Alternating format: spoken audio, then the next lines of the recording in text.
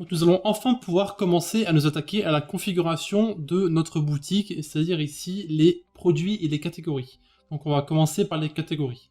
Donc nous allons en fait prendre les éléments du catalogue un par un et voir comment nous pouvons les ajouter ou les supprimer. Donc dans le catalogue ici, vous avez catégorie, produits, profil récurrent, filtre, etc.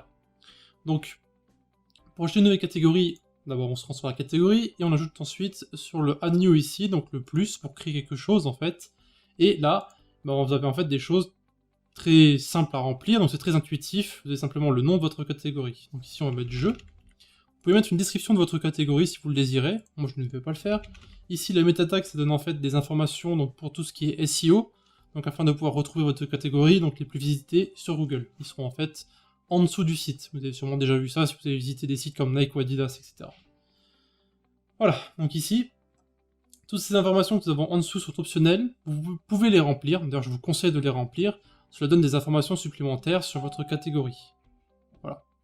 Chaque catégorie possède plusieurs onglets que vous pouvez configurer. Donc vous avez en haut l'onglet Général, Data, SEO et Design.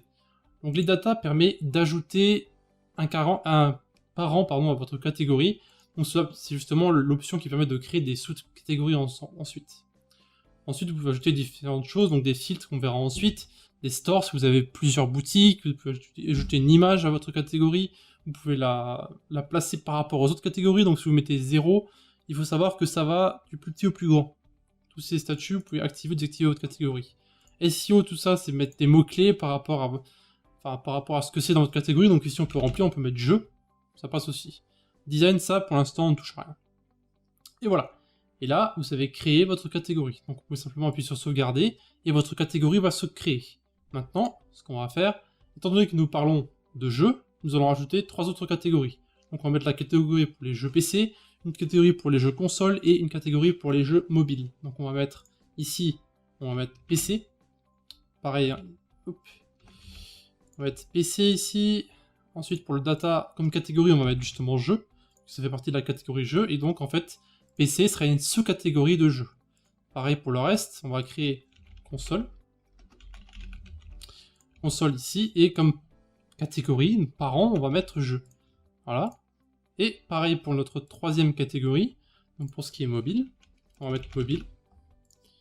Mobile. Et comme catégorie, je vous laisse deviner, on va mettre jeu. Et voilà, on a créé notre catégorie et nos 3 sous-catégories, donc jeu, console, jeu mobile et jeu PC. Voilà. Bien sûr, nous pouvons encore créer des sous-catégories en mettant les différents types de jeux, donc comme FPS, RTS, MOBA, etc.